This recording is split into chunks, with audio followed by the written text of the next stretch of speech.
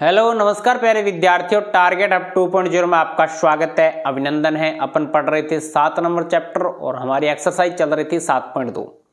आज अपन last class लेके आए हैं 7 नंबर क्वेश्चन से लेके 10 नंबर क्वेश्चन तक। आज इस क्लास में अपन कंप्लीट करेंगे और हमारी एक्सरसाइज और 7वां चैप्टर इस क्लास में कंप्लीट हो जाएगा। 2-3 दिन बीच में क्लासें मिस रही थी दीपावली के कारण, अब आपको कंटिन्यू क्लासें रखनी है और आपकी अर्धवार्षिक परीक्षा आपके सर के ऊपर है। तो बोर्ड की क्लास में 100% सिलेबस आएगा, इसका मतलब आपको सारा का सारा मैटर पढ़ना पड़ेगा। अब कंटिन्यू क्लासें रहेगी और कंटिन्यू क्लास लेनी भी है। अगर आप टारगेट हब एप्लीकेशन डाउनलोड करना चाहते हैं तो प्ले स्टोर में जाइए, उसका लिंक भी मैंने नीचे डिस्क्रिप्शन बॉक्स में दे रखा है। टारगेट हब एप्लीकेशन को डाउनलोड करें। इसके बहुत सारे फायदे हैं कि अभी जस्ट दिसंबर तक आपकी डेस्क आने वाली है, तो संजीव और एक्सीलेंट दोनों डेस्क की पीडीएफ इन पे मिलेगी। 2023 की पीडीएफ हमने डाल रखी है, आप जाके देख सकते हैं। फ्री में डाउनलोड करें और फ्री में पीडीएफ पाएं, ठीक है। अगर आप पूरा 10वीं क्लास का पूरा सिलेबस परचेज करना चाहते हैं तो कर सकते हैं मात्र 51 रुपये में।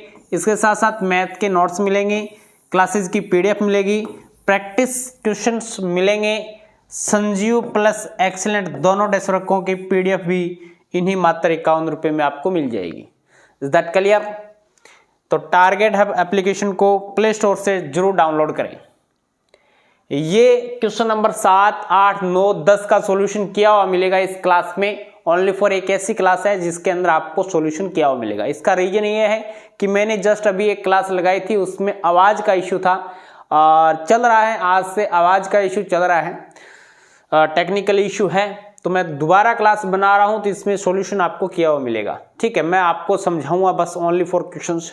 आधे समय में आपकी क्लास कंप्लीट हो जाएगी। क्वेश्चन इस प्रकार से है कि बिंदु ए के निर्देशांक ज्ञात कीजिए, जहां ए बी एक वर्त का व्यास है जिसका केंद्र बिंदु ये है तथा बी के निर्देशांक ये। ए बी, सबसे पहले हमने एक वर्त बनाया, वर्त का व्यास ए बी खींचा जो कि मुख्य केंद्र या वर्त के केंद्र बिंदु ओ से गुजर रहा है। अब ए के निर्देशांक ज्ञात करने, इसके हमने मान लिए x1, y1। बी के निर्देशांक हमें निकालने हैं, बी के निर्देशांक हमें दिए गए हैं 1, 4, ये हमें निकालने हैं। ओ के निर्देशांक दे रखे हैं 2, -3। तो आपको पता है कि मुख्य जो केंद्र होता है, वर्त का केंद्र बिंदु होता है, वो परिधि से समान दूरी पे होता है।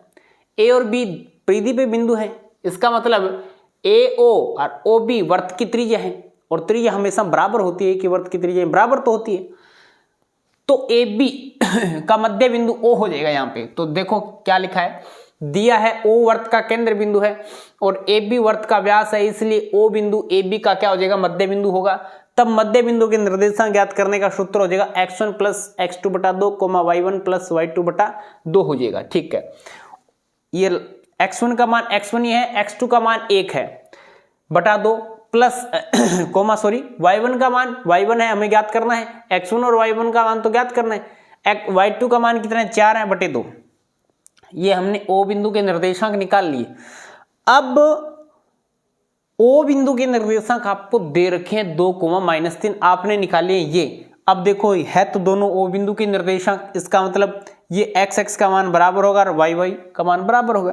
तो अपन लिखेंगे समीकरण 1 और 2 से तुलना करने पे, तुलना करेंगे तो x वाले मान की 2 से तुलना करेंगे, y वाले मान की -3 से तुलना करेंगे, यानी बराबर रखेंगे। तो 2 भाग में इधर जाएगा, गुणा में चला जाएगा, 2 दूनी 4 हो जाएगा, 1 प्लस का इधर जाके माइनस का बन जाएगा, 4 - 1 3 आ जाएगा। इसी प्रकार से इसकी तुलना इससे करेंगे, y के मान की y के मान से तुलना करेंगे तो 2 भाग में है, इधर जाएगा गुणा में, 3 दूनी 6 आ जाएगा, माइनस का प्लस के 4 इधर जाके माइनस के 4 बन जाएंगे, 6 और 4 10 हो जाएंगे, तो माइनस का 10 आ जाएगा। तो बिंदु ए के निर्देशांक क्या हो जाएंगे, x1, y1 माना था, x1 का मान 3 आ गया और y1 का मान -10 आ गया। Is that clear? इस प्रकार से इस क्वेश्चन को हल करना था। नेक्स्ट क्वेश्चन पे चलते हैं, इसका आप अच्छे से स्क्रीनशॉट ले सकते हैं।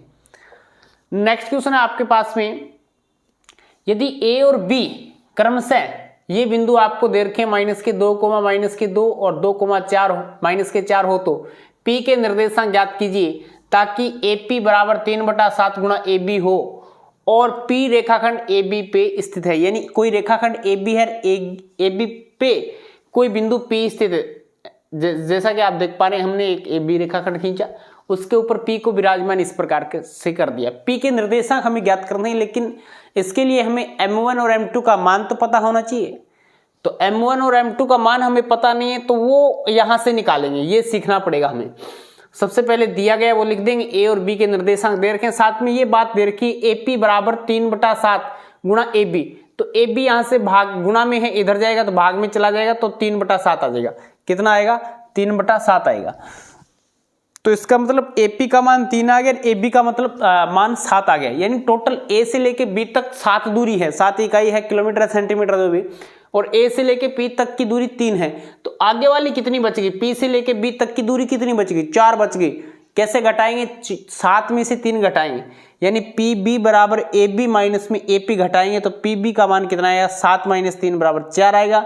यानी M1 का मान, अब ऐसे ही, अब M1 का मान 3 है और M2 का मान कितना आ गया? 4 आ गया।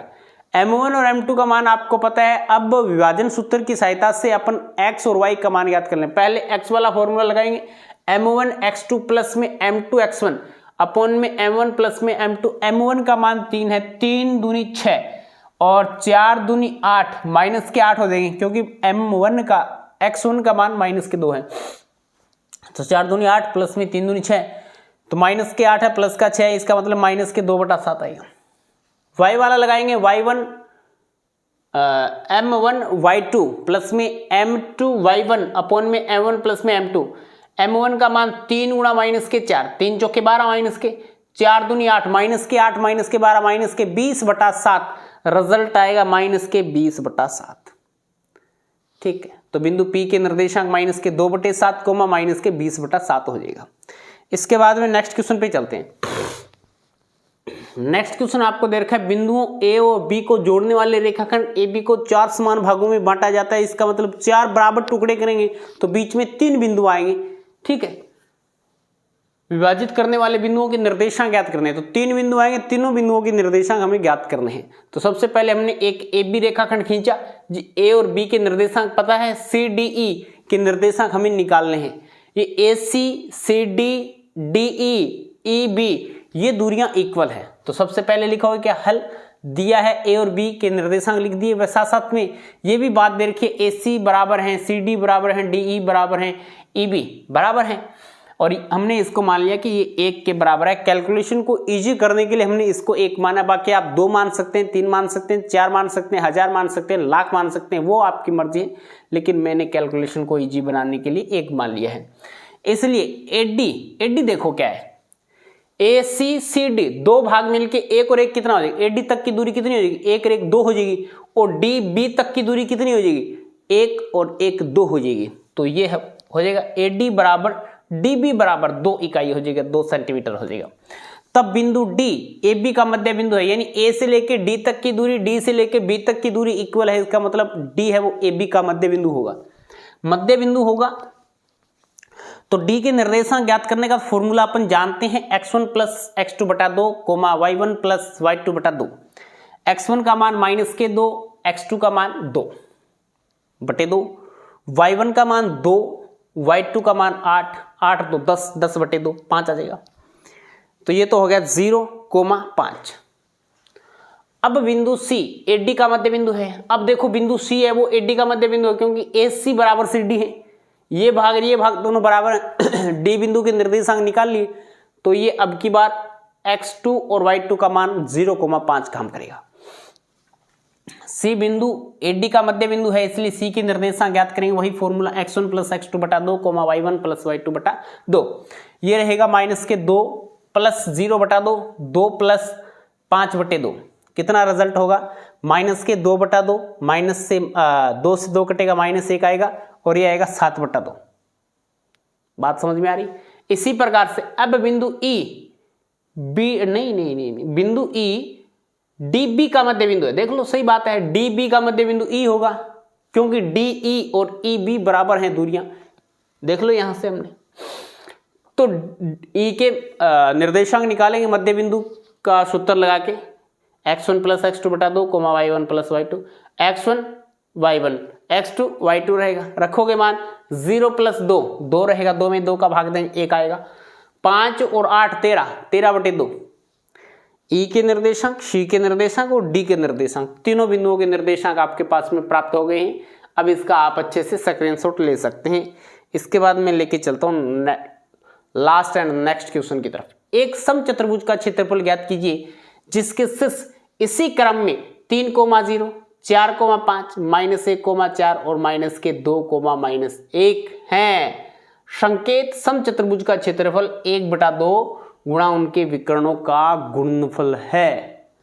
ठीक है, समचतुर्भुज आकृति होती है जिसकी सभी भुजाएं बराबर होती है, विकर्ण लंबाई में असमान होती है। इसमें थोड़ी सी आपको अलग सी दिखाई दे रही होगी, इसमें आमने सामने की भुजाएं बराबर है, यानी ये समांतर चतुर्भुज बन गया। आपको समचतुर्भुज बनाना है, लेकिन आपको इस पे ध्यान नहीं देना, डायग्राम पे ज्यादा आपको कैलकुलेशन पे ज्यादा ध्यान देना है, क्योंकि ये डायग्राम से इसका कोई मतलब नहीं है। डायग्राम तो अपन बनाते हैं क्वेश्चन को ईजी बनाने के लिए, गलतियों से बचने के लिए डायग्राम को बनाया जाता है। अब ये जो फॉर्मूला आपको दे रखा है, संकेत में यहाँ पे लगा दिया है मैंने, लेकिन एग्जाम में आए तब हो या न हो, लेकिन आपके ये फॉर्मूला याद होना चाहिए। 1/2 गुणा दोनों विकर्णों का गुणनफल। तो इसके दो विकर्ण हैं, दूरी सूत्र की सहायता से निकालेंगे। पहला विकर्ण AC है, रूट के अंदर x2 माइनस में x1 का होल स्क्वायर प्लस में y2 माइनस में y1 का होल स्क्वायर, ये अपन लगाएंगे इसके अंदर। तो ये हमारे पास में AC का मान आ जाएगा।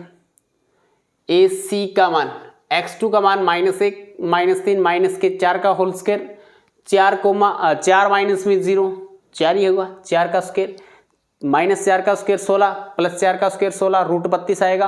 रूट 32 यानी 4√2 इकाई आएगा। 32 को क्या लिखेंगे, 16 गुना 2 लिखेंगे, 16 गुना 2 लिखेंगे, तो 16 गुना 2 आ जाएगा, 4√2 इकाई आएगा। Is that clear?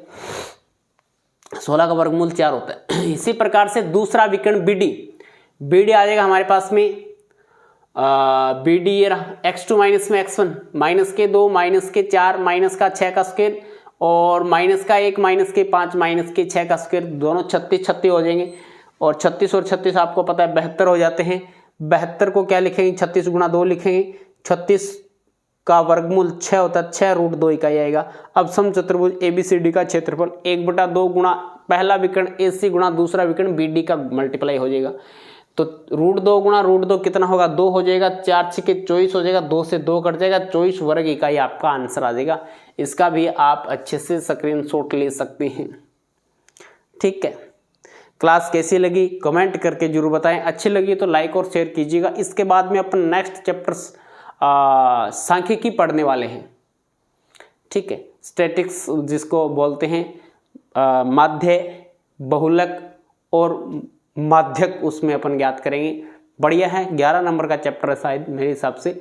2 नंबर के 2 क्वेश्चन आते हैं, फिर 2 नंबर का एक आता है, फिर 3 नंबर का एक आता है, फिर 4 नंबर का, इस प्रकार से आते हैं। ठीक है, 1 से लेकर 4 नंबर तक के क्वेश्चन पूछे जाते हैं। 1, 2, 3, 4 और लगभग 5 क्वेश्चन इससे पूछे जाते हैं। 4 या 5 क्वेश्चन पूछे जाएंगे। बढ़िया चैप्टर है, लाजवाब, फ्री के नंबर हैं। तो क्लास को जरूर देखें, लाइक और शेयर जरूर करें। अगर आप चैनल पे नए हैं तो चैनल को सब्सक्राइब करके जो पास में बेल आइकन है उसको जरूर दबा लें, ताकि प्रत्येक क्लास का नोटिफिकेशन आपको मिलता रहे।